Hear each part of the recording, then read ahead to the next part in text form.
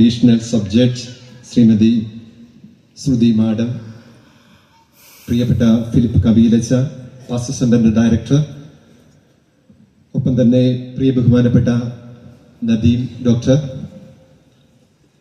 പ്രിയപ്പെട്ട മനുവച്ച, പ്രിയ ബഹുമാനപ്പെട്ട സിസ്റ്റേഴ്സ്, പ്രിയപ്പെട്ട നഴ്സിംഗ് സ്റ്റുഡൻസ്, പ്രിയപ്പെട്ട സഹോദരി സഹോദരങ്ങളെ, വളരെ സന്തോഷകരമായ ഒരു സായാഹ്നത്തിന് നമ്മൾ സാക്ഷ്യം വഹിക്കുകയാണ്.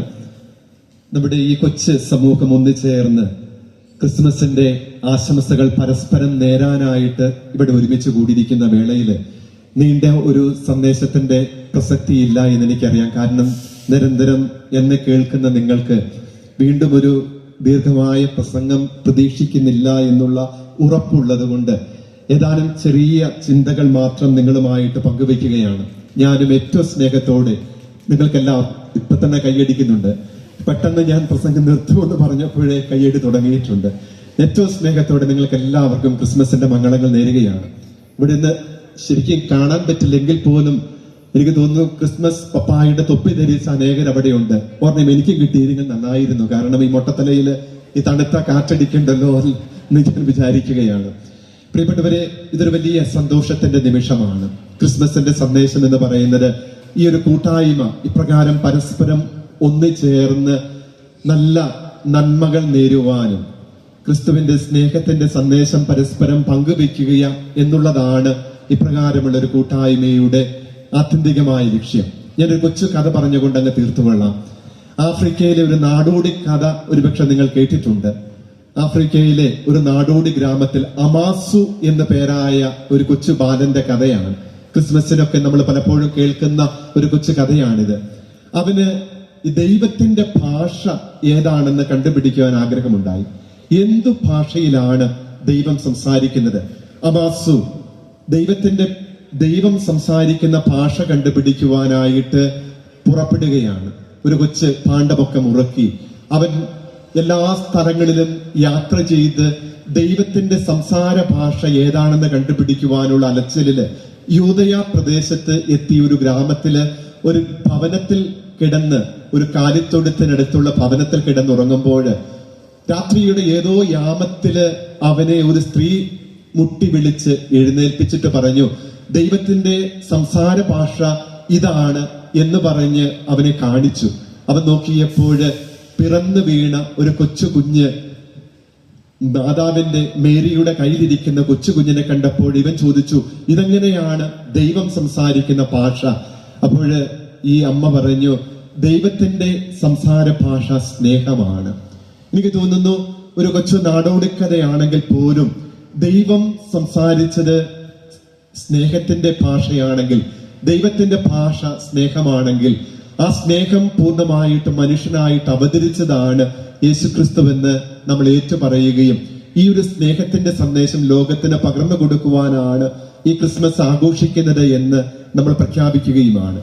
ടാഗോറിന്റെ സുന്ദരമായിട്ടുള്ള ഒരു ചൊല്ലുണ്ടല്ലോ, ഈ ലോകത്തിന്റെ കഷ്ടതകളും ഈ ലോകത്തിന്റെ കാപട്യങ്ങളും ഈ ലോകത്തിലെ കഷ്ട നഷ്ട വേദനകൾ കണ്ടുമ്പോൾ അദ്ദേഹം പറഞ്ഞു, യുദ്ധങ്ങളുടെയും അതേപോലെ തന്നെ എല്ലാ കലാപങ്ങളുടെയും മുൻപിൽ നിന്നുകൊണ്ട് അദ്ദേഹം ഒരിക്കൽ ഇപ്രകാരം പറഞ്ഞു, ടാഗോർ പറഞ്ഞു, ദൈവം ഈ ലോകത്തെ സ്നേഹിക്കുന്നു എന്നതിന്റെ അടയാളമാണ് പിറന്നു വീഴുന്ന ഓരോ കുഞ്ഞും.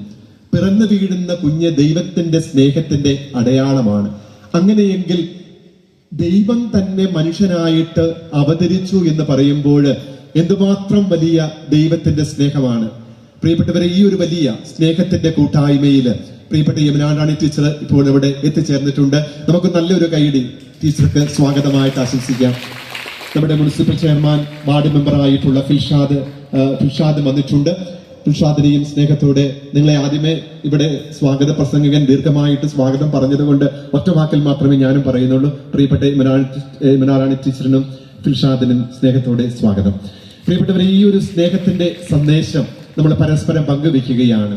ഈ ലോകത്ത് അങ്ങേയറ്റം വിഭാഗീയതകൾ വളരുമ്പോൾ പരസ്പരം സ്നേഹിക്കുവാനുള്ള വലിയൊരു കൽപ്പന തന്ന യേശുവിന്റെ പിൻഗാമികള് അല്ലെങ്കിൽ യേശുനാഥന്റെ ശിഷ്യരായ നമുക്ക് ഈ ലോകത്തിന് പകർന്നു കൊടുക്കുവാനുള്ളത് വിഭാഗീയതകളില്ലാത്ത, പരസ്പരം സ്നേഹിക്കുന്ന ഒരു നല്ല ഒരു സമൂഹത്തിന്റെ സൃഷ്ടിക്കായിട്ട് അത്യധ്വാനം ചെയ്യുവാനുള്ള ഒരു വിളിയാണ് നമുക്ക് ഓരോരുത്തർക്കും എന്നുള്ളതാണ്. ഉള്ളൂരിന്റെ വളരെ സുന്ദരമായിട്ടുള്ള ഉള്ളൂർ എസ് പരമേശ്വരന്റെ സുന്ദരമായിട്ടുള്ള ഒരു കവിതയുണ്ടല്ലോ, അടുത്തു നിൽപ്പോരനുജനെ നോക്കാൻ അക്ഷകളില്ലാത്തോർക്ക് അരൂപനീശന് അദൃശ്യനായ അതിലെന്താശ്ചര്യം.